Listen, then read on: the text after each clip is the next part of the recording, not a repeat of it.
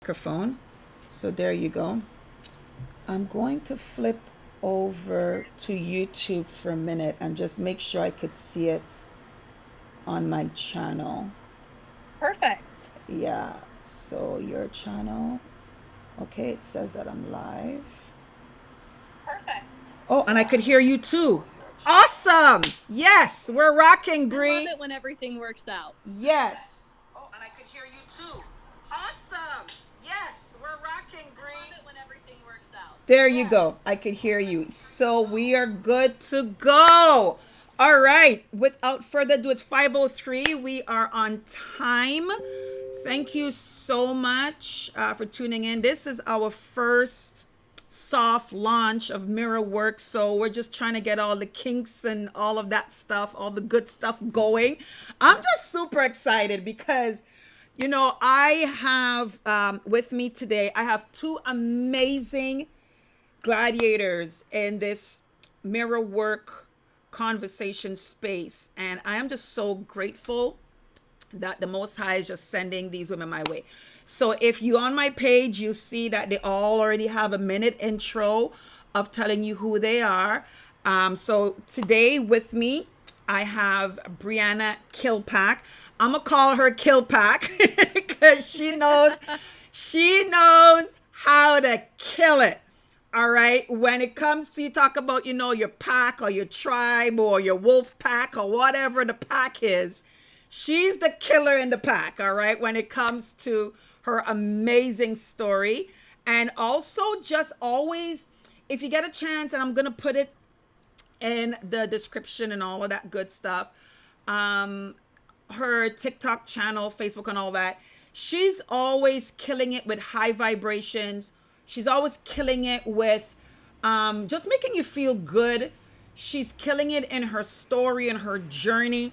So you can go on my page and you'll see the video of her. Althea Fraser is going to pass through at another time. Today I also have Sarah Athanasia Zagas. She's going to be passing through later on. And we're just going to have unapologetic mirror work as to what is it that we have to do to get ourselves out of survival mode.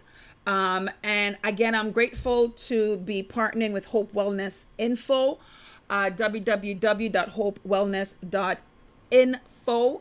I'm also going to see how I could tag this on that platform and all that. So without further ado, oh my gosh, Bree is coming from Utah, so she's south of the border. We're gonna have guests coming north of the border, south of the border. Who knows if the Most High sends us some guests from Central? It's gonna be a global conversation, but at the end of the day, the whole purpose of mirror work is for you to do the work. Look at yourself in the mirror, and for us to get out of this oppression and feeling hopeless and feeling like we're under the thumb of people, energies, governments, anything is being thrown at us, we have to be in a position of being very Teflon strong, being unmoved, not penetrated by what's happening around us, the gas prices, inflation, all of that. How are some people in our society not being bothered? And you want to be, do you want to be part of that, or you want to be always under the stress of what other people are going to be doing that is affecting your life? So without further ado, I am going to bring Breanna Killpack into the conversation. Bree, thank you so much. I appreciate your time. Oh, Alpha, thank you so much for having me. I am excited to be on this call with you. It's always an honor to get to talk to you. I remember our first conversation, and leading into a lot of these things that we've talked about before was really what you and me established a friendship on, because we had such like-minded views and wanting to help the masses attain the same thing. Yeah, and that's exactly how we started out. Like it was, Yeah. and again, our journey, the mirror work of it is like I've tried so many different collaborations with many different people. I've tried so many different business opportunities, because I'm that person, Bree, that I don't take no for an answer, right? And that's part of that mirror that you have to ask yourself. Have you been jaded by quote unquote life? People letting you down, people betraying you. Um, are you allowing people to make you conform, to just give up? I've never been that person. And again, I have to give credit where credit due with my upbringing. Um, my father was just never one to comply to the pressures of anybody that wanted him to believe that they're better than him. My mom, to some degree as well. I just found my father's personality was always that I am not going to comply, and it doesn't matter who you are. Um, there was that, even in the church, my dad was just that one that made sure that everybody know that you are not better than me, right? And he didn't make anybody have that over him, and never complied to that. So I'm always knock down, get back up, knock down, get back up. But I never gave up on myself or gave up on knowing that, hey, if other people are finding the vehicle, right? I'm just going to keep going, opening up doors until I find my vehicle, right, Brie? Absolutely. I'm just going to keep going until I find my vehicle. Yeah. Yeah, I love that you always have that outlook, and I think that there's so much to be learned from you, that I think so many people are going to glean from listening to this, and as you talk to everyone, because the majority of people are afraid of that, right? And come from a fear-based place, and currently with everything happening, I don't care what side of politics or anything you stand on, there's a lot of fear happening. And so being able to say, you know what, I want to change something, you kind of have to face some of those fears and overcome that. And so being able to work on that, acknowledge it, and also say, hey, these are some people who have maybe overcome that or maybe don't have that. What can I learn from them? There's always something to be learned from people. Absolutely. And there's always something to be learned from every situation. I always say things happen for you, not to you. I always believe there's a lesson learned in everything. I am from that different belief system that when things keep coming up at you, I remember there was a shift in society, or this, statement that, well, if all these things are happening, the common denominator is you, maybe you're the problem, right? And it made people believe that they are the problem, so you need to look at you. And then I said, no, if you're a person that you are of integrity, you are going to always be the problem. If you're in a world, right, think about it, if you're always moving with this sense of honor, this sense of dignity, respect for each other, integrity, you say what you mean what you say, your expectations are always to be ethical, and you're moving in a world that's contrary to all those things, you are going to be the problem. Right? It's like you are the one. So what I found is that instead of that being set into our society, it was like, you look at yourself. So then you were being told that your standards are too high. You are being told not everybody's like you. Your expectations are too high. They start making the high standard that human being was designed to operating as unattainable and impossible. So it's you who are the problem. And I found as a result of that, in society, we start lowering the bar for us to fit in, right? Right. Instead of saying no.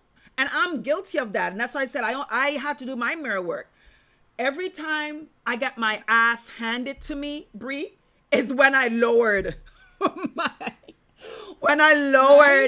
my bar, when I lowered my my line in the sand, when I moved my line in the sand, when I listened to those statements of my standards are too high. You're never going to get, you're never going to get that person. You're never going to get there in life that way. Your expectations are too high. Not everybody's like you. And every time, Bree, I lowered to accommodate the majority of society, I get my ass handed to me. I completely agree. And I think the majority of people listening to this will agree as well. And Opa, you know my belief on this is where you're never the problem, you're the solution. You already have all the solutions and the ability. It's just a matter of finding it, right? It's a matter of realizing you can't lower your bar. And so many people right now, because of so much has happened, a lot of times it can be discouraging, and they set their bar on the ground, right? The bare minimum is on the ground, whereas where your bar and your standards should always be met and are always attainable of being met. And that's where I'm so excited that we get to help and bless so many people's lives by bringing opportunities that helps them see that. Because you know me, I'm a firm believer, any desire you have in your heart, anything you dream about, right? If you're excited about something and it feels that passion inside of you, it's usually linked to your purpose. That's my personal belief, that the desires of your heart are usually linked to your purpose. And it's just a matter of finding out how can we help you attain those? What is it for you? Because it's different for everybody, right?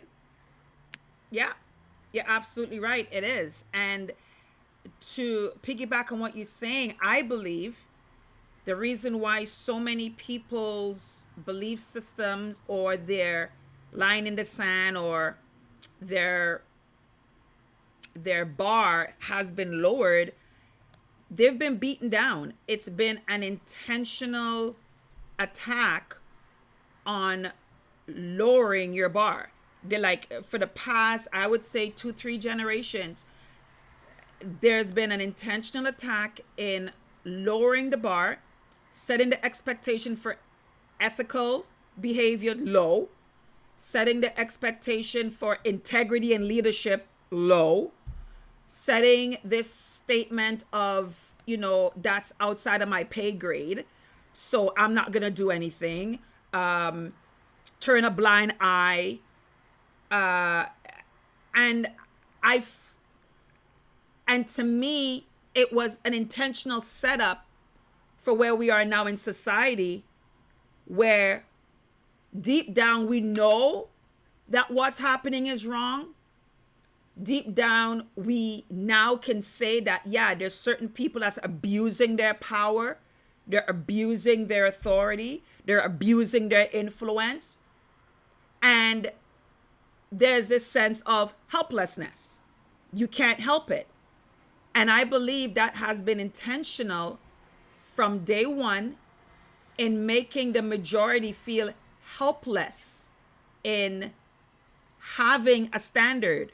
So just go along to survive. And that's where we are now, in this survival mode, where many are just surviving and they no longer believe in the dream of thriving. That's number one.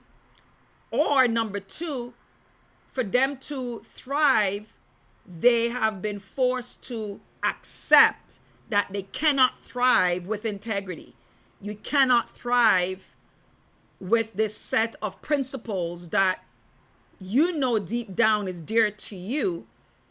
You've been conditioned to believe you cannot succeed with high principles. And that is why I'm excited that I've come across entrepreneurs, business, wealth-minded individuals, men and women like yourself, who I know have been out there.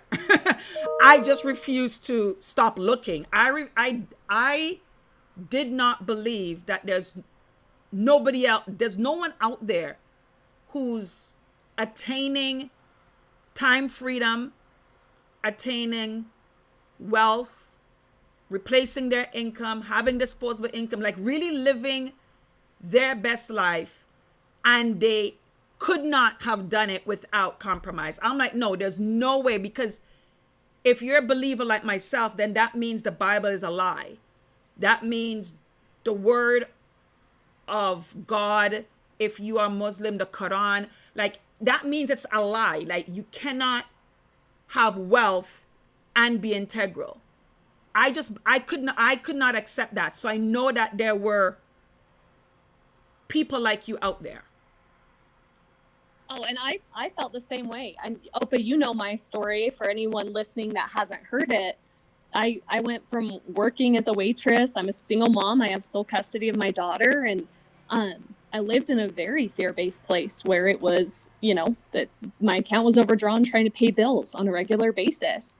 And I felt the same way, where I was looking for people of integrity who also, where there was also a support system, right? A lot of times we don't see that support in community, and it's people have become so closed off and isolated. We are meant to be a community. We're meant to be around others and like-minded people, and to share, it takes a village, not just to raise kids, but everybody needs a village. Everyone deserves people in their corner rooting for them, cheering for them, and helping them. And so being able to find a community and opportunities where you can change the trajectory of your life, be able to make more money, to have that time freedom. I went from my daughter going to daycare, was put to sleep every night by someone I when I would have rather it been me. And so I'm so grateful. Now I get to be her room mom. I get to, to everyone, it looks different what that time freedom, what that financial freedom, whatever that looks like to you. Like I said before, it's whatever the desire of your heart is, whatever you're looking for, it's linked to your purpose. You have to just find a way to fuel that, to have opportunities that align with that, and also align yourself with like-minded people. And that's where I'm so glad that we connected, Opa, because I honestly, the work you're doing is going to make such a big difference in so many people's lives. Thank you so much. And the work you're doing, the work Althea is doing, when Sarah joins us, Athanasia is doing, I thank all of you for what you guys are doing before we met. Like we all stayed diligent in our integrity, right? We all didn't give up. And we didn't know we were going to meet each other, but the Most High knew that we were going to meet each other. God knew, Allah, whatever word in your language that represents this spiritual connection to the creator of all, that you give respect and honor to being here. You didn't give up on your principles. Whoever is listening, you haven't given up yet. And there's times when we have, nobody's perfect, and we get up, we dust ourselves off, we learn the lessons, some harsher than others. My lessons, coming out of a marriage that I had all the red flags not to go into, but didn't listen because, you're stuck in giving people the benefit of doubt. You're stuck in wanting to be other people's cheerleaders. You're stuck in your anger for somebody else failing you or somebody else disrespecting you. I've gone through breast cancer. I've gone through fibromyalgia. I've gone through abuse at the workplace. I've gone through incest. There's so many things I've gone through. And some of them, I would say there was no red flags, especially my incest. I was young, and someone else's darkness saw me and targeted me. And even then, there was something in me that says, this is wrong. There's something that says, this is not right. And made me bold enough to speak out and speak up and go, into court and testify. And everybody was just like, I was a little girl. But there was always that in me that's like, no, I deserve better. No. I was never one that had that energy that believed that I did not deserve the best. And again, and I'm so glad, because I am so sorry that happened. No one should ever have to endure that there's so many things in life that happen that are out of your control that no one should ever have to endure. And so many people, that's where I love that you're doing this mirror work, because it's about holding yourself accountable, but also holding other people accountable, because to raise your standard and your belief in yourself, because so many other people had that happen, that the tear down, you know what I mean, the amount of hard things that you have to overcome after going through something like that can be so challenging. And part of what I love about the mirror work you're doing is it's saying, hey, you know what, look in the mirror, you know what you deserve, you know what your standards should be, you know if you went through something that was hard that you didn't deserve, right? And you can't let that affect who you see in the mirror. Yeah, and I thank you. And I just, even when I was going through, I just put your face, I just put your beautiful face on the screen. I found your picture. I was like, oh, there you are. The audience is gonna be like, oh my gosh, she's gorgeous. So I just found your picture. So when you go back on the live, you'll see you. You're like, yay! Because I wanted the audience to put pictures to the voices. So absolutely. So that they get to see themselves. And we come from different walks of life. We come from different cultures, backgrounds, experiences. And I want everybody to see themselves in us.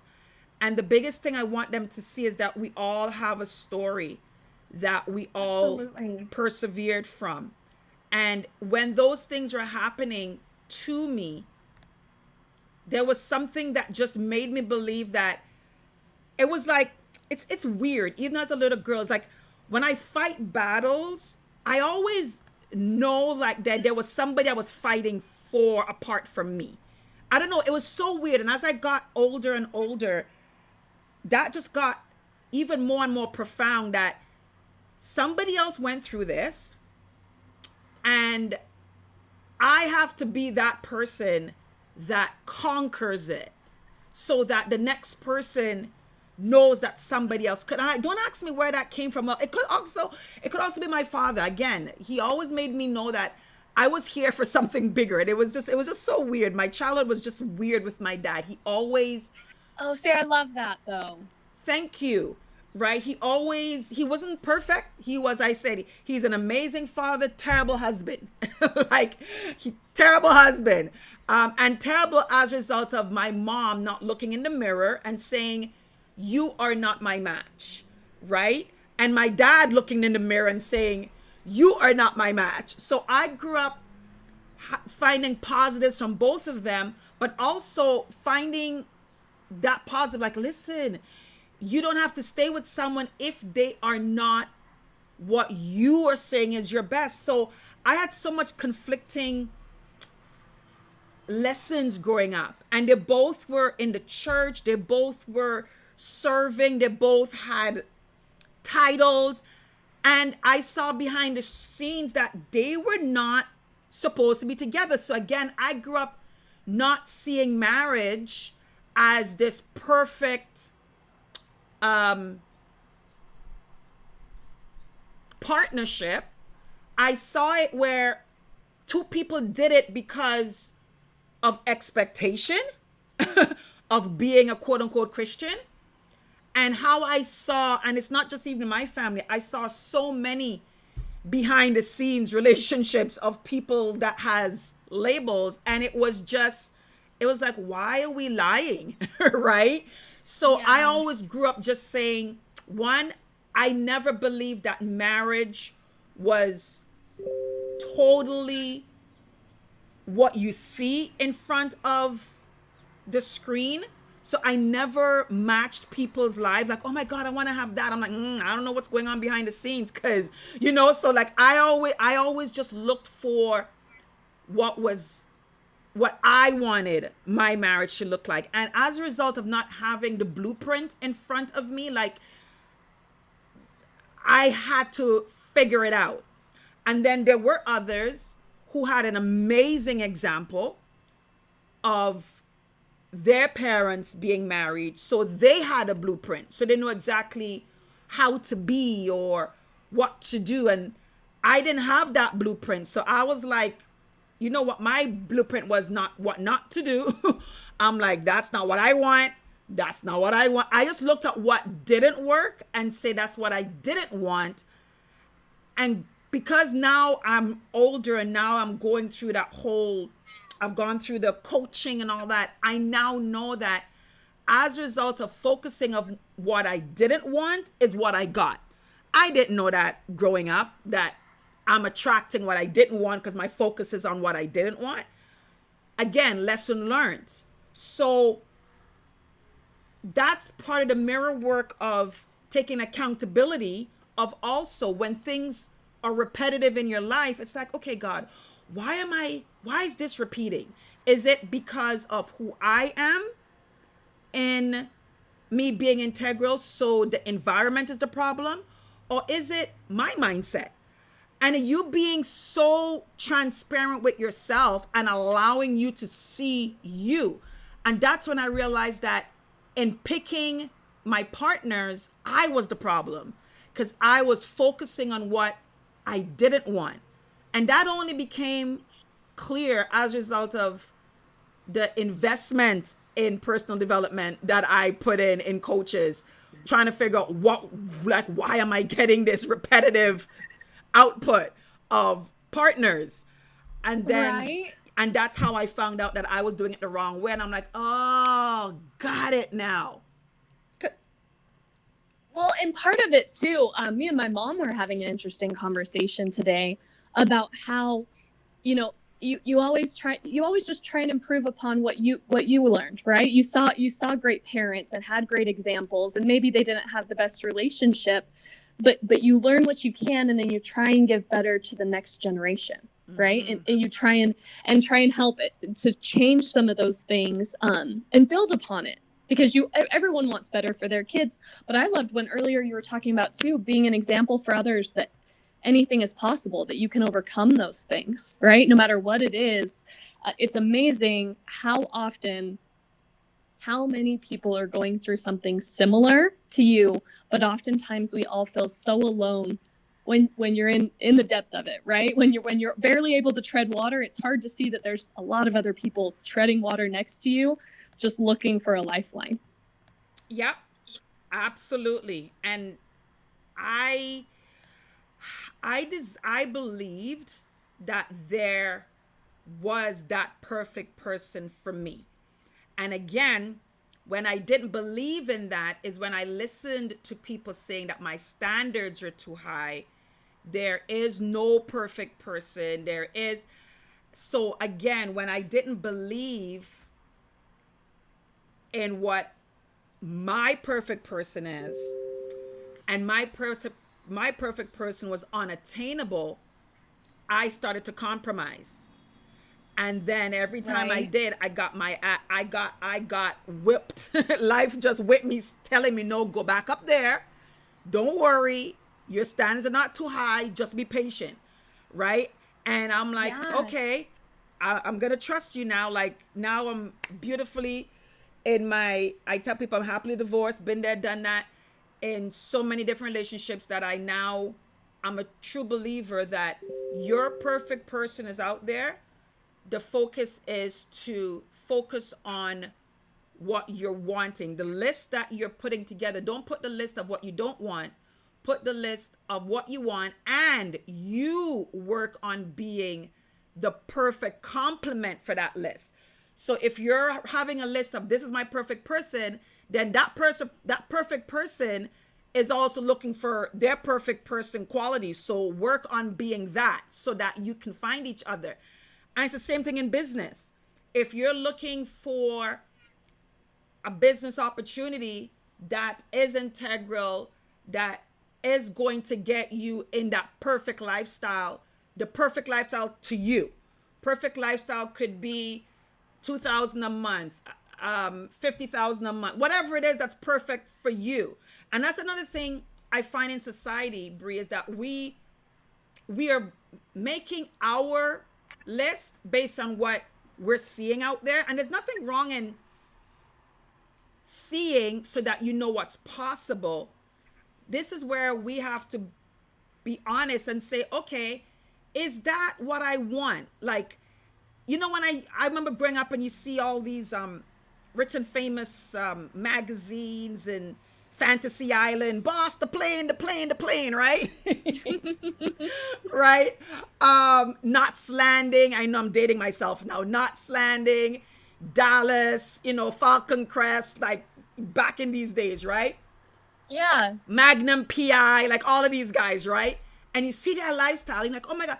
And then honestly, I'm saying to myself, do I really want all of that? Like, what is it what is it that I want, right? And I'm like, no, it's not all that. It'll be good to be able to travel and visit and have the time freedom and the financial freedom to visit all those beautiful places.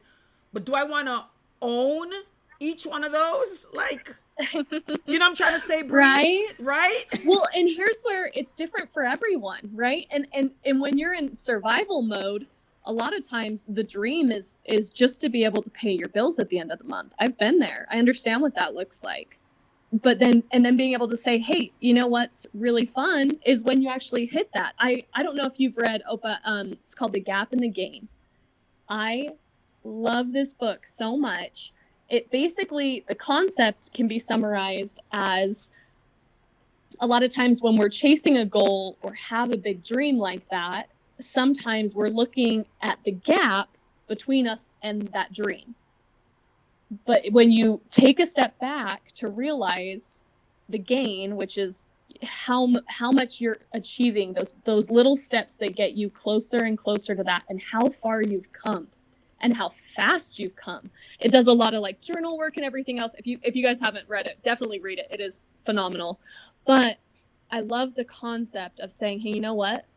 Focus in on how, because you may have some big dream down the road, but even, okay, let's break down those goals into smaller steps, digestible steps, so that, because when you live in a space of, instead of the comparison of how far away you are from those things, or maybe, you see someone else's has their dream car, but that probably isn't even your dream car if you really broke it down, right? Right. Or your dream car tomorrow may not be the same dream car in 5 years, right? So, but realizing, instead of living in that comparison space, but that appreciation for how far you've come, how much progress you've made, and how much closer you are to attaining everything you want, and then keeping your standard high, realizing what you deserve, and then working towards those goals. I think it's huge. Yeah, it is. It is huge. And we could only know what is it that is going to make us happy. A lot of people I know, with myself, you want to have more so you can do more and you can help. And I'm reading this book right now called Boss Move by Myron Golden. And I'm telling you, man, I was like, okay, great. This is beautiful, because I've read so many other books, and I'm a reader. I'm also a visual learner, so I like videos. So he has videos. If you go into Hope Wellness, .info, you're gonna see some of Myron videos there. Please go over and check it out. It's for those entrepreneurs that want to launch a business. You don't know what to do. You want to relaunch. You want to grow, but at the end of the day, you're doing it on biblical principles. You could be in MLM, network marketing. You could be a sole proprietor. You could be a mom and pop shop. You could be e-commerce, whatever. He's teaching you biblical principles on how he was able to pass it's just amazing that I was like, thank you, God. I knew that it was possible to build ethically. And now, if you don't know the vehicle, this is where myself, Bree, Athanasia, we're going to share with you the vehicles that we're using to build up and build out. And then identifying what is your why. We always hear your why. And what Myron is saying, a lot of people say, I want more so I can do more for more people. I can help more people. And he's like, that's great. That is beautiful. And how many of those people are going to invest in you to help them? And it just made you, there's one of the videos that's on Hope Wellness on the Myron Wellness page, and just made me, it's like, it's so true, because here in Toronto, I find the energy of competition is so great, where we're competing against our own selves because of this lack mindset, where we don't believe there's enough. So we have to compete against each other. And the services you bring is to save lives. They say, oh my gosh, what you're doing is so amazing, but they're not collaborating to save lives, to reduce the suicide rate, to improve the mental health of teens. It's like they're not investing in you saying you want to help, but they would want you to collaborate to expand their vision, their brand. The spirit of collaboration, where we work with each other to assist each other's vision, is so absent in so many different places and spaces that I've been. And when you establish the first person, or the first why you should have, and it's not selfish, it should be for you. It should be for your family. It should be for your life, so that you could be in a better place where you can do better or assist more. But when we put other people, the world, the environment, everything ahead of ourselves, this is where we feel depleted. And we are not building ourselves so that we can serve from our abundance. We just want to build to serve, and that's why we're always in this lack, because we're not giving ourselves permission to have our abundance first, and then once we have our abundance, then we can be a help. Because part of the help, let me know if I believe you're going to agree with me, because we've spoken about this before, but it's like part of you being a help is to teach people how to get their own abundance, and not just be the fisher that's giving the fish. Here, let me help you. Here, how about you get to the state of abundance where you can teach them? Because most of our mental health, I would say 90% of the mental health issues that contribute to anxiety, suicidal thoughts, depression, environmental diseases that bring on stress on you, it's all because we're in this lack in environment, and it stresses you out. Right? Can you hear me, Bree? Oh, I wonder if I lost the connection. Hold on. Bree, are you still there? Maybe we lost the connection. Oh, I see Athanasia is here. Athanasia, can you hear me? Sarah? Don't know what happened. Yeah? Can you hear me? Yes, I can hear you. Okay, excellent. I see that Bree joined the meeting again. Yes. We have some. I also had the connection was also bad for me. Okay, I'm glad I'm not the only one. Okay, awesome. I was like, did the internet go and be all crazy again on us? Just as I'm dropping some amazing reflective statements, I was like, there goes the internet. There goes the internet.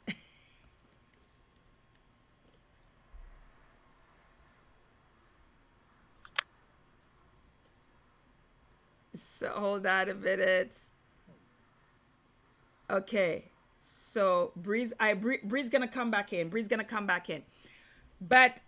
yeah, that's what I find, is that if we can teach how to build up and build out, and give ourselves permission to have the abundance that we're supposed to have, and see that having your abundance is the best formula to assist everybody around that you want to help, then that is the best way, is for you to build and give yourself permission to be in a thriving mode, so you can actually teach others how to thrive and them come out of survival mode.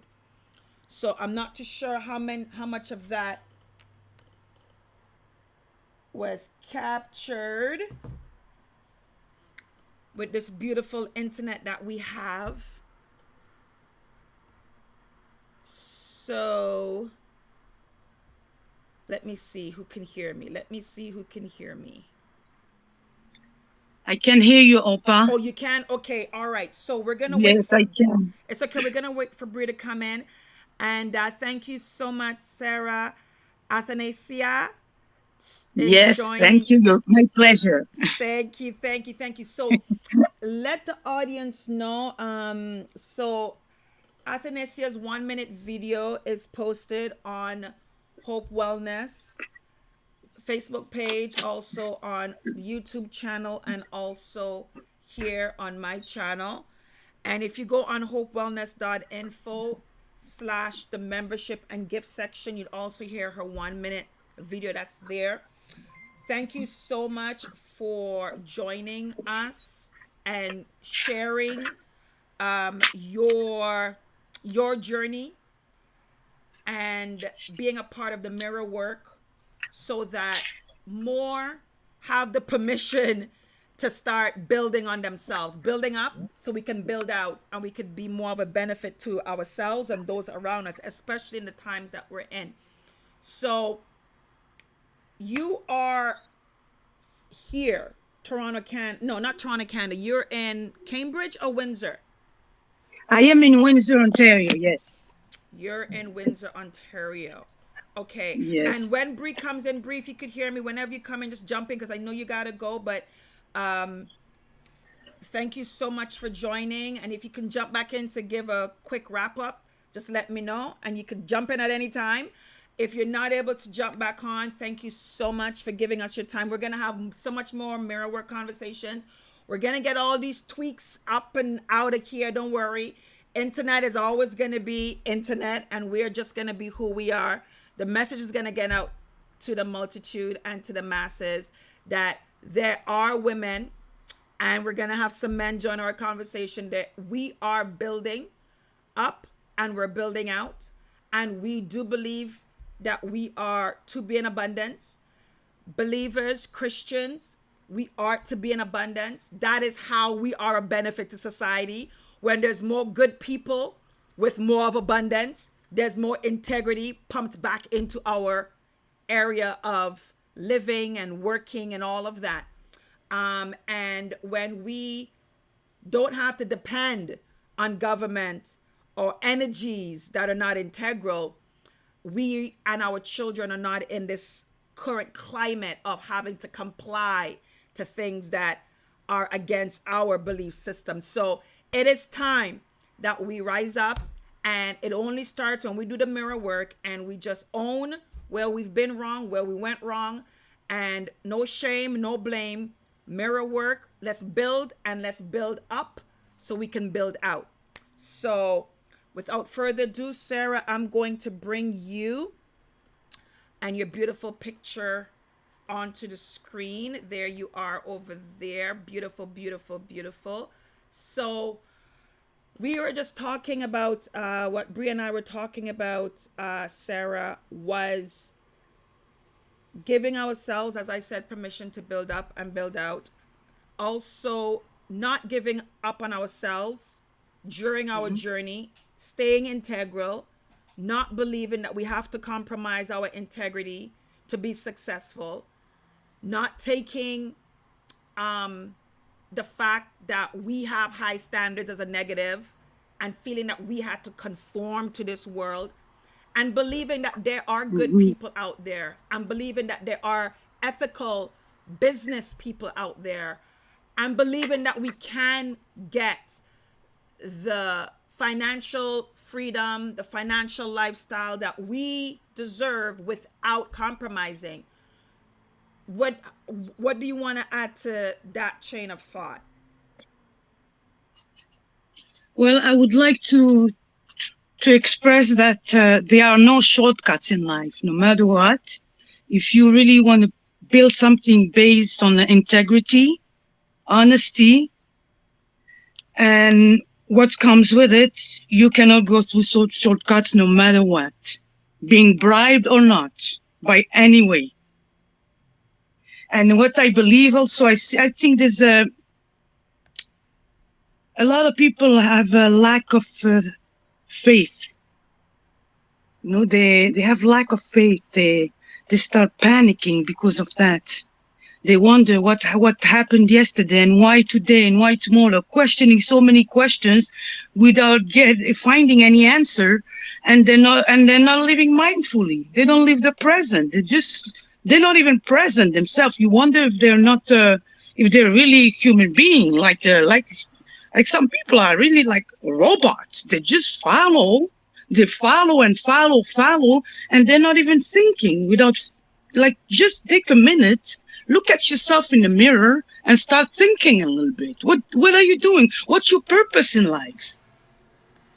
That's like, what's your life purpose? What are you here for? And So people have different purposes, life purposes, like, the sense of family, children, the community, animals, health, or even fitness, music, art, and spirituality.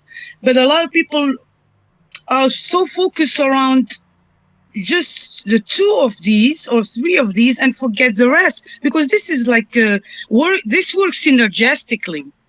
You can't just miss out on, you use what you want and what is beneficial to you, and not beneficial to the society, and continue and hoping you're going to be successful and wanting to be successful. No. The meaning of success is not just financial. Success it has a greater meaning than that in life. Me personally, to me, a success is I want to fulfill my life purpose by helping others. I love seeing people happy. When I see people miserable, inside I'm so sad. I'm miserable. And I wonder how many people on this planet feel that the same way. Because I said, if we all felt what others feel, this place would be a better place. You would not have people with mental illnesses like this. I don't know if you agree with me, Opa. Opa, are you there? yeah, I'm here. I'm here. No, Oh, I totally agree with you. Like when you made that statement, when you said, "What is your purpose?" A lot of people now, and I was saying this to Breanna, to Killpack, at the beginning of our first segment, was that there has been an intentional energy, 2-3 generations, that has been attacking morality, attacking people's morals, so that they do not believe that they can be successful ethically. They absolutely. start believing that their pay level is a direct correlation to their integrity level, right? So Absolutely, you'll hear yes. the statement, "Oh, that's above my pay grade." That they will see things that are wrong, but they're not going to say anything. They're not going to speak out. Many people have believed that their paycheck determines, their level of integrity on the job, and that Yeah. was intentional. So even what's also intentional was the purpose of believing that you're just here to pay taxes, to ask someone for 2 weeks vacation, to ask someone permission to be sick, ask someone permission to Mm. be, the mother or the father that you want to be, in a present parent, and then Well, you wow. die. And then when you die, you That's still have to pay slavery. the death tax. If you have a will, then, again, that people can go and take. If you don't have, like, there's people that actually believe that their purpose is just to be a worker, like because No. that has been shoved down generational mindsets, that you go to school, get a job, and work for someone else. Make sure you get a Hmm. good job that gives you some good benefits. Get a union job that gets you good benefits. Get to work on time. You put in, if you can get some RRSPs.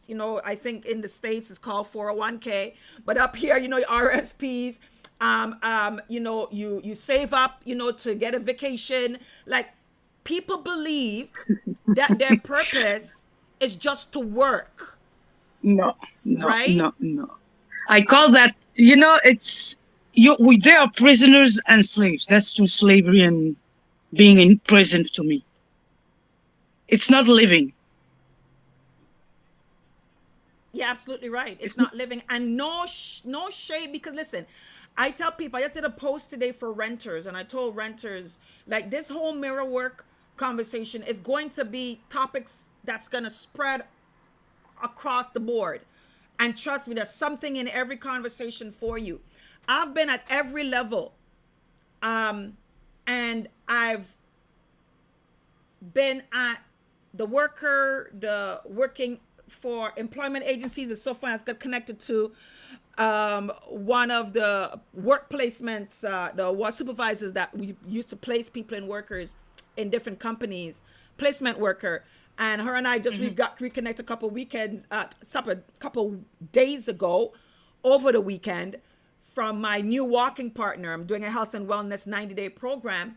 And I have a neighbor, and I'm like, hey, you want to do this 90-day walking, this program for health and wellness? And in our walks, we're just talking about our life journeys, and she's talking about employment agencies. I'm like, yeah, I remember I was working for this employment agency, and I was telling her, she goes, hold on, maybe you might know. And then small world, obviously we knew the same person. And then she called the person, and the person remembered me, and it's just, deja vu, and we go back down, that's nice. Memory lane. But she remembered when I came to her employment agency and minimum wage was $6.85, and I was working for $6.85. And I remember those days where, they probably the same thing, they hold the first 2 weeks of your pay before you get paid. And I used to have to work. I used to have to walk to the location because I didn't have bus fares yet. And Wow. I would time how Wow. long it would take to get there. Yeah. And I would walk for 2 weeks back and forth after standing, and you have your safety boots on before I can get my pay to get TTC tokens or whatever, which our transit token here for Toronto, the Toronto Transit Commission. That's our transit system. And I used to walk. I remembered there's times where I would walk for the first 2 weeks because, you go first contract, and when the contract's done, you're out of work. You wait for them to place you in a new place again, right? And she remembers those small beginnings. And when people see me at a certain level, and they, like, again, I tell them I'm happily divorced, and my husband stepped out of the marriage because he wanted to change the terms of agreement and have an open marriage. And the last straw was with the live-in nanny that I sponsored to bring to this to this part of the world, to give her the opportunity, because I remembered, again, being that single mother. My fiance stepped out on the promises, and then I had to be that present parent and finding that job that give the stability that now the fiance isn't there for. So when I wanted to give back, because my mom came to this country as a living caregiver, left me in our country of birth, which is St. Vincent and the Grenadines. So she came to Canada as a living caregiver, and I remembered how poorly she was treated. So fast forward, her daughter has a lifestyle of that I could sponsor someone, get a car and a driver for her. My husband and I have the lifestyle that everybody is like trying to run into. She comes to this country, and I guess she saw what I have and figured, why should I have it and not her? And my husband decided that, yeah, let me have my cake and eat it too, seeing that you're the nanny in the house. And I said to both of them, because she was like, oh, it's not my fault. And I'm like, listen, it takes two hands to clap. But I sponsored you, remembering what it was for my mother. So here I am giving back. The immigration officer could have sponsored anybody, because in his portfolio, he had Filipino, he had Anglo-Saxon, he had African, and I wanted someone from my community to pay back, because again, I remembered my mom, and I chose her as a single mother. She never left her country. She's Jamaican. I couldn't get a Vincentian because he didn't have any Vincentians in his portfolio. And I said, you know what? Caribbean is Caribbean. Let's look out for each other.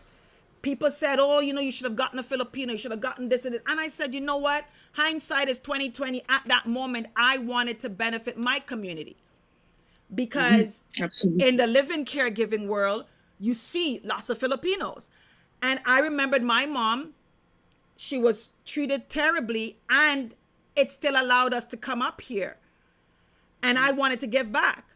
And I intentionally chose her out of the plethora of candidates as a result of her being a single mother, because I remembered my mom and I remembered myself being a single mother before the lifestyle that I was afforded at that time.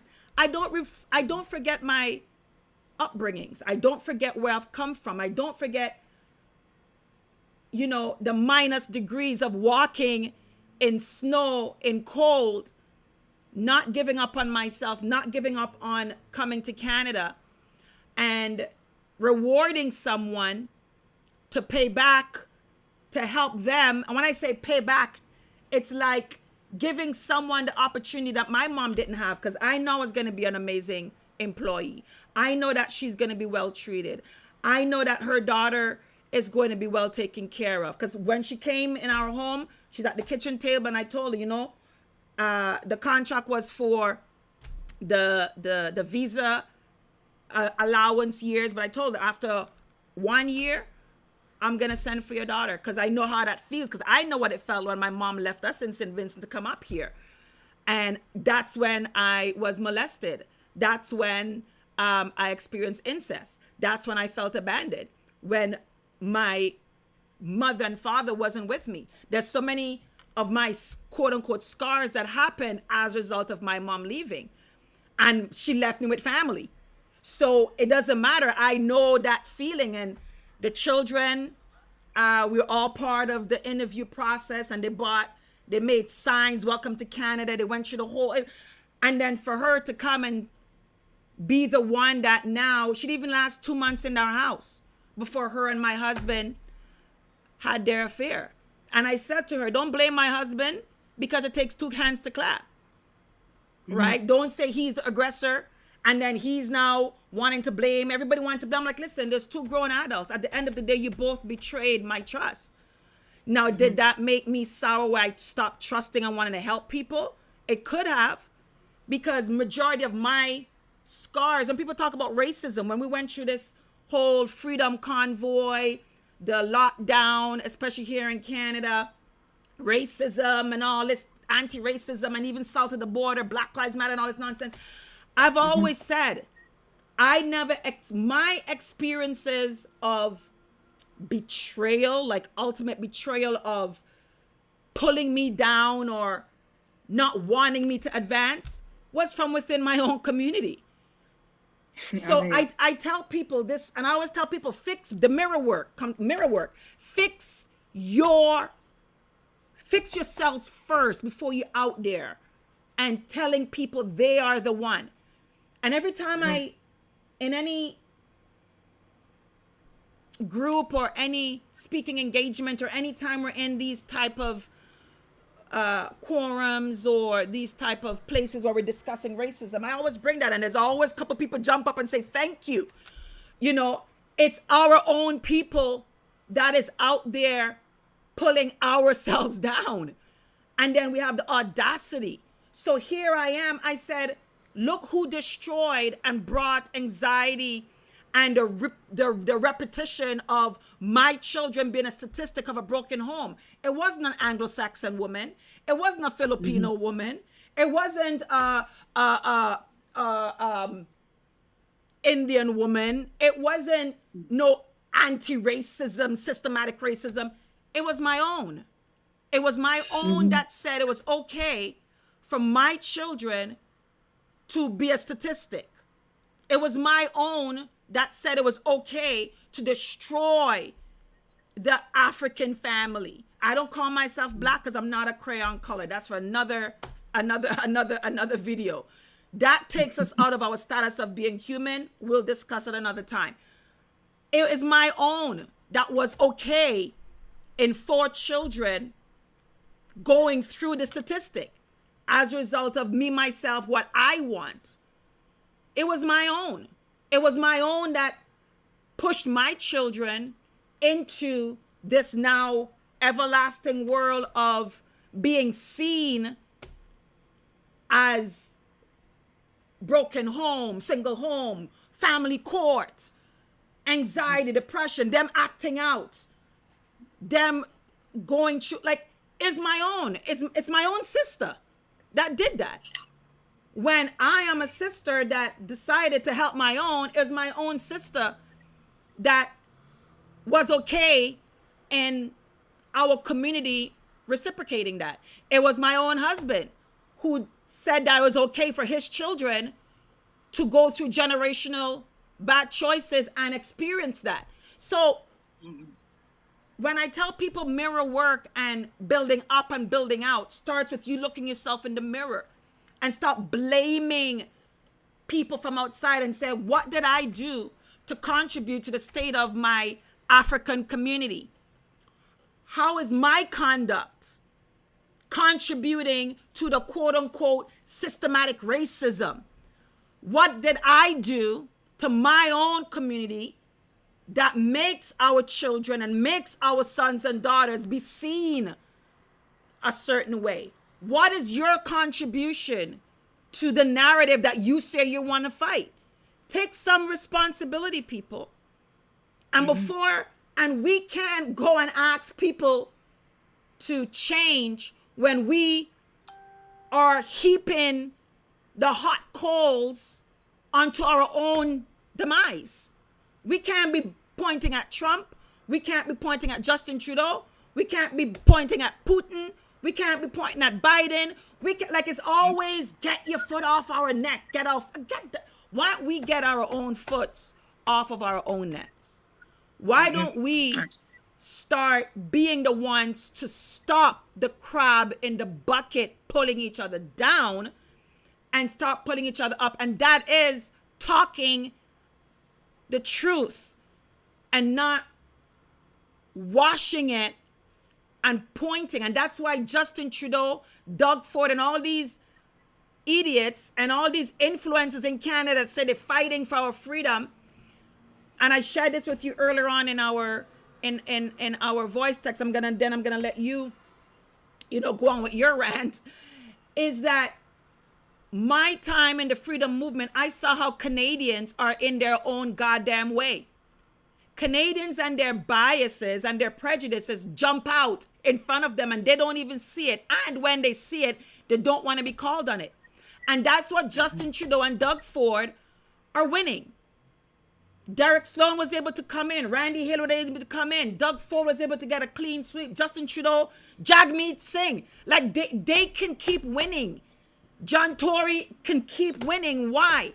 Because Canadians, the Anglo-Saxon Canadians, are in their own way. Because they really believe this is their fight.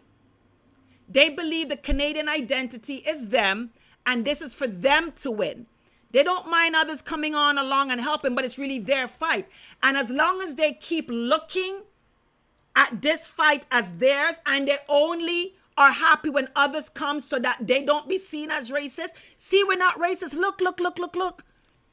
When they don't see how they have bought into the generational handed down prejudices that they get their shoulders in defense, when they don't see how they automatically show up, then that is why they're going to keep getting their ass served to them. That is why they're going to keep losing. Because deep down, Canadians believe that this is their fight. It's their Anglo-Saxon fight. It's their fight. And when you come, you're coming to help their fight, but it's really their flight. So it's their platform, it's their group, it's their, and it's not an all of us fight. They talk about the all, Athanasia, but it's not the all. And I experienced that federally, I experienced that provincially, and I could already see it rinse and repeating in the municipal that's coming up. It's not an all. And that's why Justin Trudeau, Jagmeet Singh, NDP on a provincial level, all of them are laughing. And they're because they see how Canadians are in their own way. And if they stop being defensive and call their own mirror to account and start wiping it off, they would see how if we get over this, we can totally turn Canada around. And it's, if you remember the history of Canada, we quote unquote got our independence by the pen. South of the border got their independence by the sword, right? By the fight. They shed blood. We got ours by writing. Canadians have always in history been the ones to flip the script without being violent. And if we truly get out of our own way with the handed down sense of ownership and see that this land is truly belonging to all, and there's some solutions that has to come from the all. And that is what life is trying to teach Canadians and just citizens of this world, citizens that's part of the governmental naming of their land, and the indigenous, the original, the living man, living woman of this place called Earth. The life lesson that's trying to be taught to us is that we are only going to win this when we win it from an energy of all and not this false sense of ownership that this is your fight. And as long as Canadians, Americans, people of the world fight this energy as this is their fight and not see it as this is truly a human fight against inhuman energies, they're always going to lose. They're always going to lose. You can continue, my dear.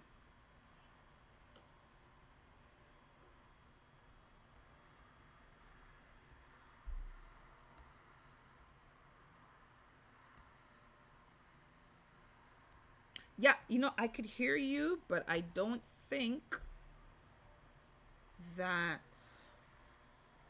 the audience could hear you. Hold on a minute. There you are. There you are.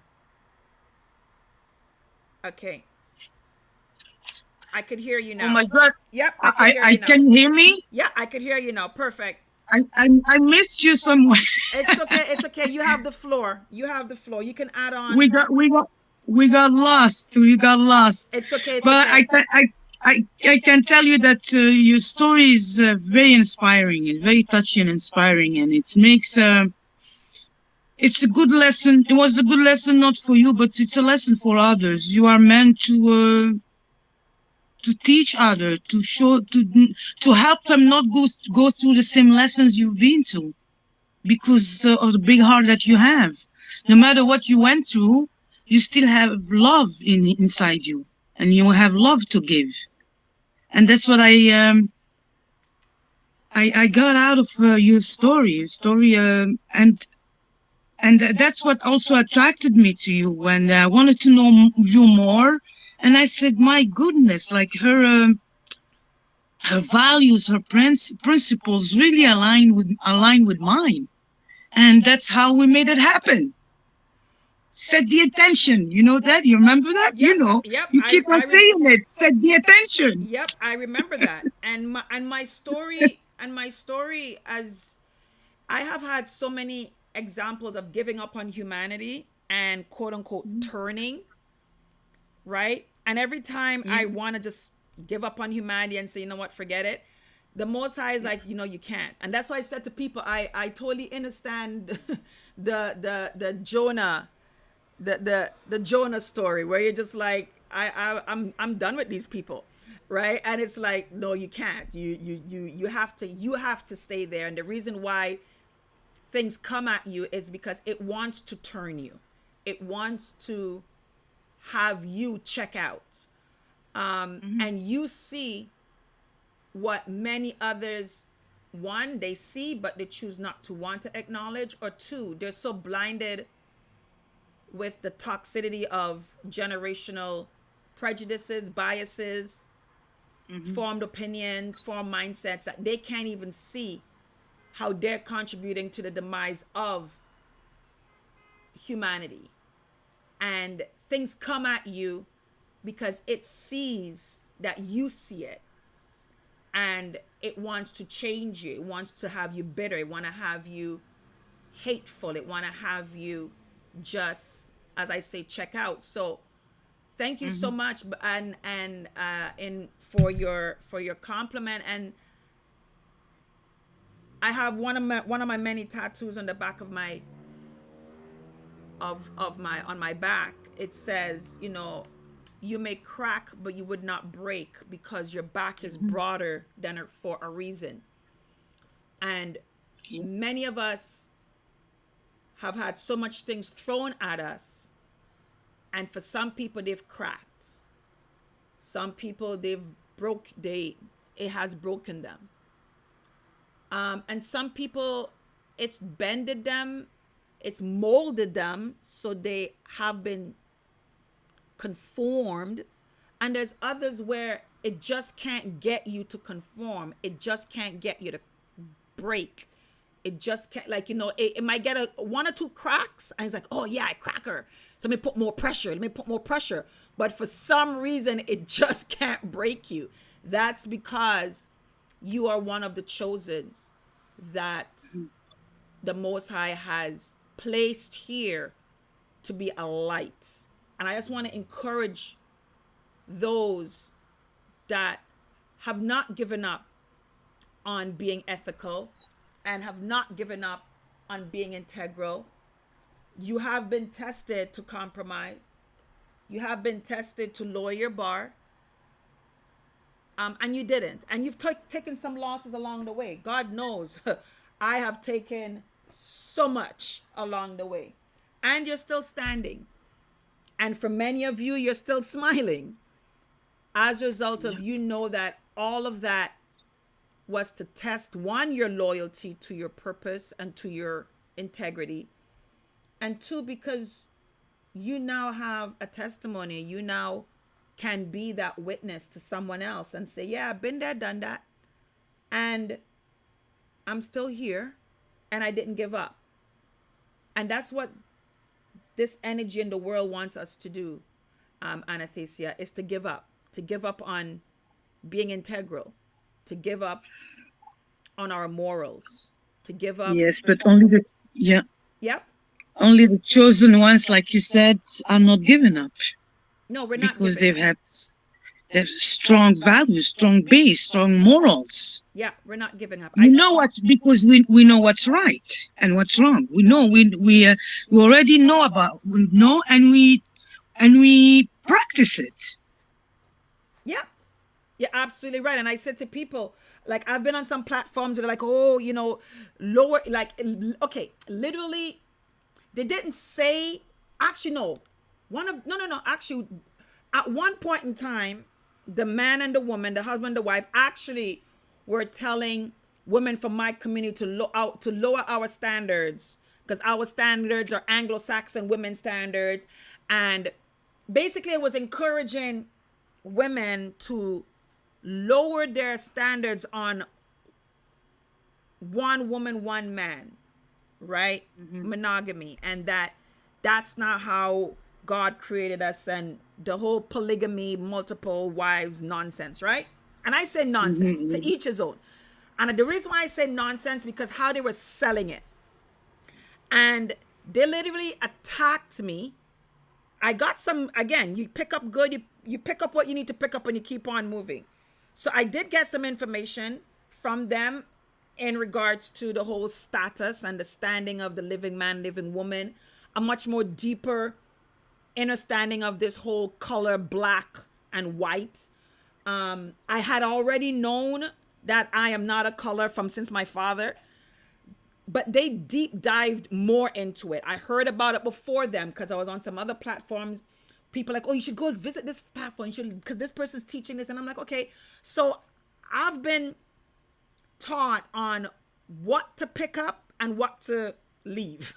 There's certain things, because what I found out about truth, Athanasia, is that truth is out there and people are finding truth, but they're corrupted. So what they do with it, they use truth to make themselves look totally authentic. So they will give you 4 truths and 1 lie to tie you in. And then they flip it down to, they start giving you 3 truths, 2 lies to get you, to keep you. And the whole thing is just to have you trust them. And once they have you trust them, living. Exactly. And once they have you trust them now, they can give you 4 lies and 1 truth. But because you don't vet them anymore, because you've trusted them when they're giving you 5 truths and 1 lie, right? Yeah. Now they have your trust. And now they can now really sell you a bag of lies, but you believe it's a truth, right? Anything. So, exactly, right? So my father has taught me that, like, always vet people and just know that not everyone is operating on your level. From since I was a young girl, and my dad always made me know that, yes, you are different as a result of the world, but you're not alone. There are other people out there. You just got to find them, right? So absolutely, I will go on platforms. I'll be searching for truth. And my search for objective truth started after my breast cancer diagnosis, to 2012, when all hell in the kitchen sink was thrown at me with the divorce, the cheating, the affair, my son almost dying as a result of the affair. Just so much crap was happening, girl. I felt like Job. I swear. I went through so many stories. I had my Joseph moment, my betrayal of family throwing me in the pit. I had my Job moment where everything was taken wrong, and you're just like, what the heck? Even Christians are like, well, if all that's happening, I had the Job friends moment where Christians are like, maybe it's you. I had pastors. Listen, I had pastors, people is like, maybe it's you. And I'm like, the devil is a liar, boy. When I tell you, you got to be careful. If you don't know who you are, you make people tell you who you are. I've gone through so many characters in the book called the Bible. A life test. We went through a lot of life tests. A lot. It was a test. A lot. Hence why the tattoo on my back says, you may crack, but you would not break, because your back is broader for a reason. And I was like, why me? Like, why? And it's one of those, because the Most High is looking for people that are trustworthy. And I say it with total reverence to the Most High, because that is a quality that we ought to hand on to the next generation. Yes. Trustworthy. You know, yes, I have a quote actually right in front of me, and it's about life's test. And this quote says, life has a way of testing a person's will, either by having nothing happen at all, or by having everything happen at once. And that's from Paulo Coelho. You see that? It's life test. Like, some get it more than others. Some get basically almost nothing. It's the path you're in. It's our path, our journey to live, and nobody else will live that journey, the same journey. What would you say for those people? That's a very interesting quote. For those people that life tested them by having nothing happen to them, when you reflect on that, what do you think how is life testing them? Like, it's easy to say those that everything happened, life is testing you to see, your level of integrity, if you are a person that kind of, compromise, are you going to be broken? Are you going to stand strong? Like, it's easy to see the why for those that hell and the kitchen sink has been thrown at them. What do you think is the why for those that nothing has happened to them? Well, nothing could mean nothing. It doesn't basically mean nothing. It's like there's no test that they might be aware of. Some people are not even aware they're going through a test, and then they realize, oh my God, what did happen? You know what I'm saying? So could be nothing. Nothing does not mean that it's nothing. It's nothing could mean something in reality. Nothing is still something. Yeah. And that they're not aware of. Yep. And then you'll have those where really nothing did happen. They had the perfect 2-parent home, perfect lifestyle. Nobody was molested. Nobody was abused. Yeah. Nobody was, neglected. They have the perfect family unit. When it's weekends or family reunions, it's just tight.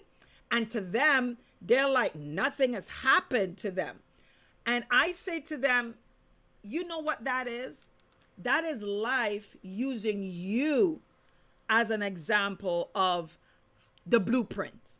So instead of saying, I can't identify with you because I didn't go through da-da-da-da-da-da, and sometimes not being able to identify somebody's barriers and feeling that you can't relate, I say to those people, you can relate. Relate in a way of, what you had. Can you imagine if you didn't have that? What would you feel like? That is how that person feels. Yes, you were never molested, or you didn't have incest, or you weren't violated, or you didn't have betrayal. You had this supportive parents. You didn't, like, could you imagine if you didn't? How would that feel? Okay, great. That's how that person feels. Now, you are the symbol of it is possible, right? So you can step into someone's shoes. You don't have to have a lived experience to step in someone's shoes. You must be able to identify, if you didn't have it, what would it feel like? And say, wow, this is where the sympathy comes in. To me, the empathy is you actually feeling it. The sympathy is, okay, I didn't live it, so I can't remember how it's feel. I could only imagine if XYZ happened to me, how I would feel. So to me, you can be that person even if you didn't have a lived life experience. You can still be that person to give that person an environment of what's possible.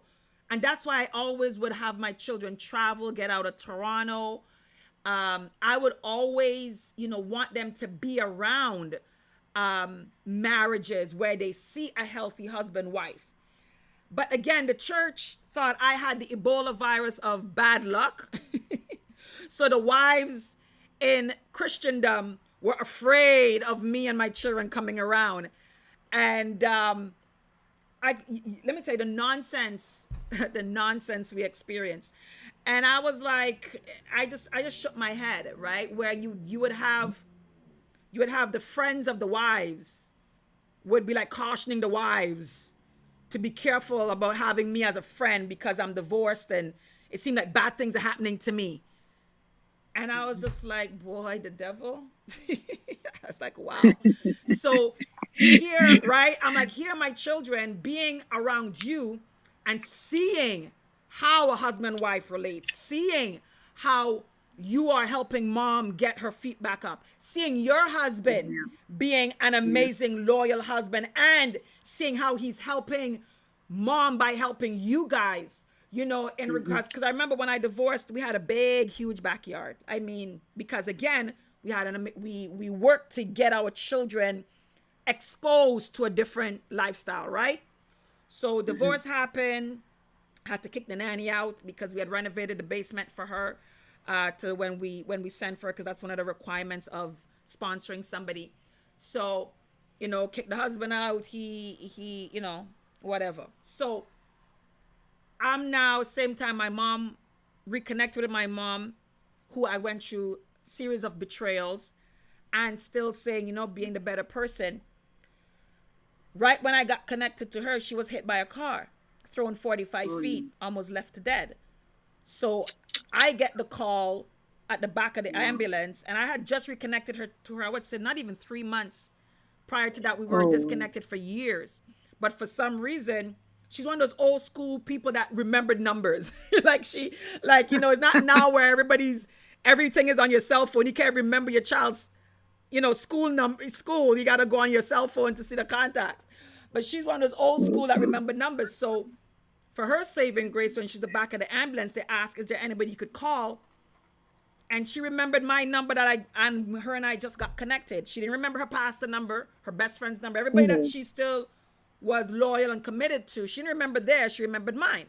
So right away, you jump up into be the devoted daughter, back to the scene of being the devoted daughter. And so husband, nanny, then all of a sudden, emergency call, you better run down your mom's, in the back of an ambulance. We don't know if she's gonna make it. I'm like, what? Craziness. So in doing all that, you now come to this place where things are thrown at you, and then you say to yourself, why is all this happening? And you feel the test just keeps coming back and coming back and coming back. So not having these support systems, to me, when divorce happened, we had this big backyard, and it's like, okay, what am I going to do? So the husbands of the wives that were my friends would come over and they would help. And I could see my sons are seeing that, and they're seeing this is what a husband, a wife supposed to be. A husband is supposed to be able to do this and do that. So they're watching and they're seeing this beautiful display between my friends. So they're like, okay, mommy and daddy didn't work out, grandpa and grandma didn't work out, ain't nobody, but hey, at least we have this as a blueprint. So I would always want my children to see, like, okay, it didn't work out over here, but it is possible. But instead of their friends seeing that, okay, we want to be the example that marriage is possible, their friends would whisper to be careful, and then it's just like, you have the Ebola virus. So my children didn't have a first-hand seeing with their eyes marriage work. So now they're back to the generational pattern of hearing about it but not seeing it, right? Yeah. They're not Opa, seeing it. I have another meeting that I have to my go dear. to. So we'll reconnect, okay, hon? Yes. Thank you so much. I Oh, you're very appreciate you. welcome. It was my pleasure. Let me tell you, we're gonna have some amazing conversations, and I thank will. you because I know you're a global leader, a global builder. I just wanted the audience to get a sense of our different personal stories and personal journeys and our Absolutely. perspectives. So when you give them advice on business, I want them to know that you are a woman of ethics, and the people that come on my platform, I've already crossed paths with and know that they're integral. So now we can move forward with the advice and the suggestions on how they can build up and how they can build out. So thank you so much for the soft launch of the Mirror Work Conversations. And Athanasia, I really appreciate you. You're very welcome. It's my pleasure, and I'm so grateful for it. Thank you so much, Okabe. You're welcome, love. We'll talk soon. Yes, thank you. Okay, bye-bye, love. Bye-bye. Bye-bye. Thank you. So that is a soft introduction of Killpack and Athanasia. I have to keep pronouncing her name until it rolls off effortlessly. So when and there's some others that are coming, and it's to lay the foundation of when we talk about mirror work, it's going to be very heavy, very serious. And for those south of the border, north of the border, it was important for me for you to see the different guests that's going to be coming through. There's times where they're not going to come through and it's going to be me on a topic. And there's times where I'm not and it's going to be them. I'll be in the background giving the link, but they're going to be talking amongst themselves. So the next mirror work, soft launch, we're aiming towards July, later on in July, of being the real official launch of mirror work conversations and our podcast. The next mirror work should be next Monday or this Wednesday. It all depends on availability of the guests. We're all trying to find a specific day and time that would work consistently. The next mirror work conversation would be for sure with Breanna Killpack. I'll call her Killpack. And Sarah Athanasia. I'm just going to call her Athanasia. And we're going to also have Althea Fraser join us. I believe Althea might be coming in August because I know her July is pretty packed. Lots of things that's she's dealing with, and she's going to bring a lot of mirror reflections along her way. So the next mirror work is going to be with Athanasia and Killpack, and they're going to continue on speaking more on their journeys, the things that has come up where they had to do the mirror work on getting themselves out of it.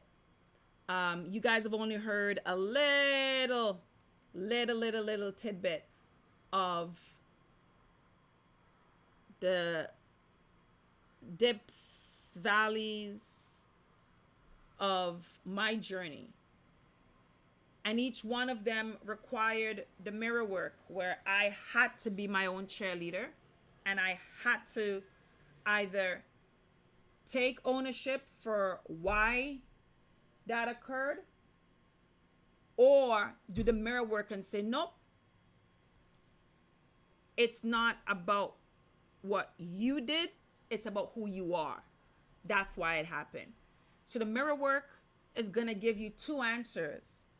It's either who you are and why the environments are coming at you for who you are, or the mirror is going to show you that there are patterns or mindsets that you have that's causing something. So it's never, oh, it's all your fault, and it's neither all the environment's fault. And the only time you're going to be able to be honest as to which one is when you stand in front of the mirror, no shame, no blame. You just want to see what the situation is. You want clarity. You want to see it so that you know the why behind how things are showing up so you can move forward and move better. And this is all laying the foundation. It's all laying the foundation because each one of these women, they are going to be bringing you next steps in how to build up and out. And the reason why I'm taking this time to lay the foundation, my life, their life, is because when you now see what they're doing, hear what they're doing, it's not unattainable and it's not impossible. Also, here in Canada, we have an environment of want to focus on the negative as to look what everybody's doing and it's everybody's fault. It's the government's fault, it's Illuminati's fault, it's the Freemasons' fault, it's everybody's fault. And no one's stopping to say those entities, groups, secret societies, hidden hands, they exist because of men and women that empower them to exist. They exist as a result of the men and women that empower them. Every one of them have someone working for them that's taking a paycheck that says, I'm going to turn a blind eye. It doesn't matter what you want to say and how you want to blame Hollywood. You want to blame, listen, these things aren't just entities moving uncontrollably and you can't stop them.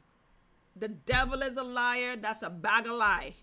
When I tell you, they tell you 5 truths and 1 lie to eventually give you 1 truth and 5 lies and eventually give you no truth at all.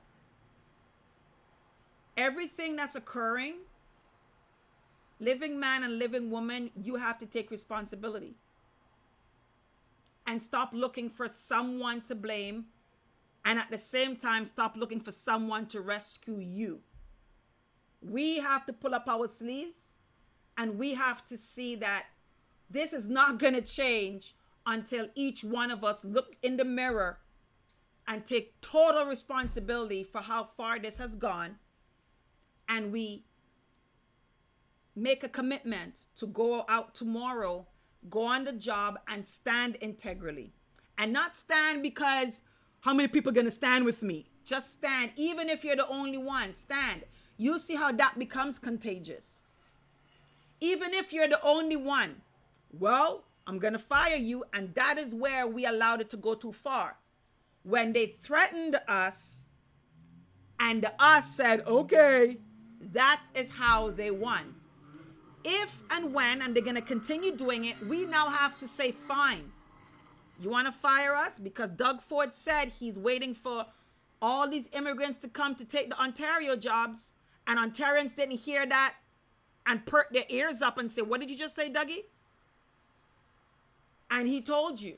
But what did we do? Oh my God, our job is, they're going to come to take our jobs. So we better not do nothing to lose our job. Listen, this is why we need the solutions and how to no longer survive on a job. So that when an employer want to throw that card at you, you just look at him or her and say, really? Well, guess what? I've been building, ready, waiting for you to play that card. And could you imagine if we have an environment where everyone respects the dignity of integrity? I'm going to say that again. Not of the person. Could you imagine if we have an environment where we respect dignity? And we have it's like, no, I'm not going to take that job because you fired someone for standing up. Because guess what's going to happen? It's going to come back around where you're going to ask me to do something. And then if I don't do it, somebody's going to take my job. Could you imagine if we actually had a society where we weren't actually going after each other's job? And we're waiting for somebody to lose it so that we can get it? Could you imagine if we weren't that thirsty for a job? All these employers would have to back down. They would have to bow down. They would have to actually have an environment of dignity and respect for their workers because they know the working force is not playing around. We are actually our brother's keeper when we all stand and saying, no, I don't agree with you firing my colleague because of this. No, I don't agree with that. I don't agree with that person. No, I don't agree with that. Because soon it's going to be you on the chopping block and you want somebody to stand up for you as well. So that's where we're coming back around right now, ladies and gentlemen. where they're expecting you to feel alone and for you to feel that you have no support because you failed to stand up for your brother and sister. No, don't. It's okay. Don't believe that you have no backing.